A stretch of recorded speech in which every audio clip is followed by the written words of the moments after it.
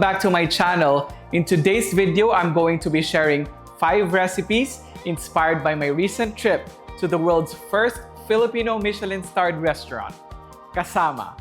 The restaurant is named after a Tagalog word that means companion.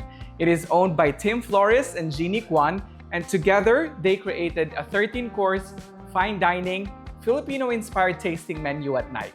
And they also offer your favorite breakfast options and Filipino baked goods from 9 a.m. to 3 p.m. For breakfast, I ordered lumpia, longganisa, and tocino silog, and of course, I also have to try the breakfast sandwich that was featured on the bear. Aside from the addition of cilantro and mint in the silog, all of the flavors in the breakfast menu are very traditional and reminiscent of home. I ordered the Ube Latte with coconut sap, both hot and iced, and they were exceptionally done. The Cafe Mansi was a great twist to a black coffee as well.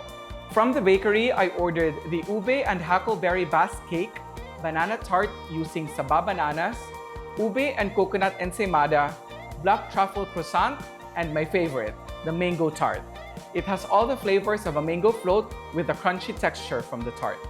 Of course, I can't leave without merch, so I bought the Kasama X Yeti tumbler and the tobacco and cardamom candles.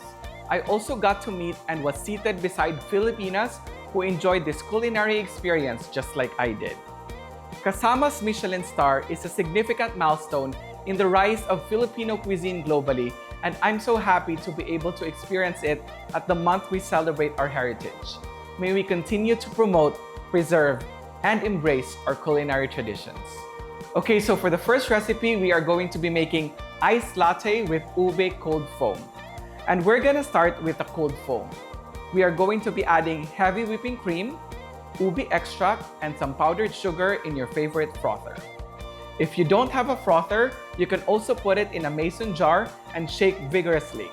Or use a mixer until you get the desired consistency. In a tall glass, I'm gonna add some ice, add the double shot of espresso, then add your milk of choice. I'm using whole milk in this recipe. Then I add the cold foam on top. And that's it! Next, we're gonna make my version of the famous breakfast sandwich. But instead of using a normal bun, we're gonna use a store-bought white bun, just like a siopao. We're gonna start by making our egg souffle. So, in a bowl, we're gonna add 10 eggs, half and half, all the seasonings you want, and then you strain it to make it as smooth as possible, and then you put it in a warm bath.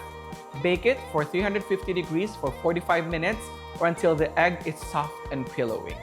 Then I air fry my store-bought hash browns, steam my white buns, remove the skin from the longganisa, and shape it into a burger.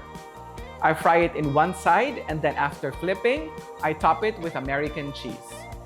Now that the buns are warm, I also want to sear it with some butter just for that extra flavor and texture. Then it's time to assemble. I grabbed the bottom portion of the bun, top it with my homemade Filipino BBQ sauce, then the hash browns, the longganisa patty with the American cheese, the egg souffle, more barbecue sauce, and then the top bun. Who says we can't make the longganisa burger at home? If you're a fan of mango float, then I think you're gonna like my version of a mango float tart. Let's start by making the Graham Crust. In a food processor, we're gonna add some grahams, brown sugar, salt, and some melted butter. Next, we'll pack it and shape it into our 9-inch tart mold and bake it at 350 degrees for 20 minutes, then we let it cool down. In a blender, we're gonna add 2 mangoes, all-purpose cream, and condensed milk. Let's give it a blend until all of the flavors are incorporated. Then we add it to the cooled tart shell and add the sliced mangoes on top.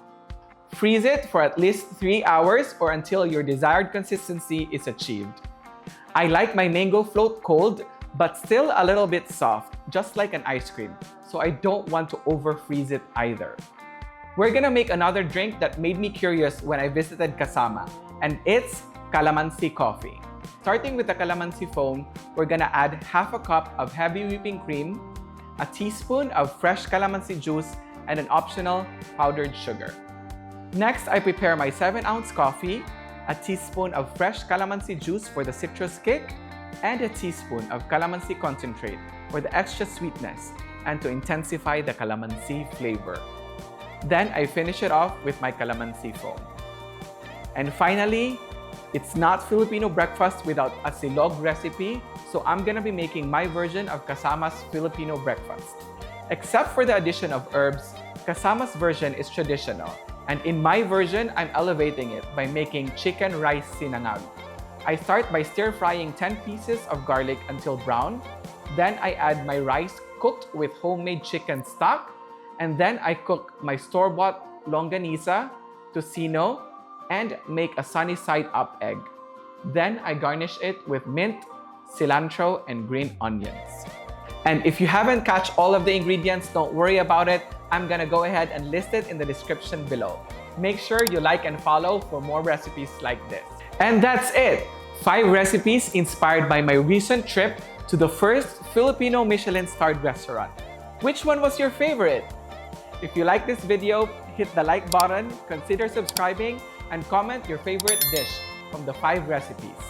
Alright, that's it for now. Thank you so much for watching, and I'll see you on the next video. Bye!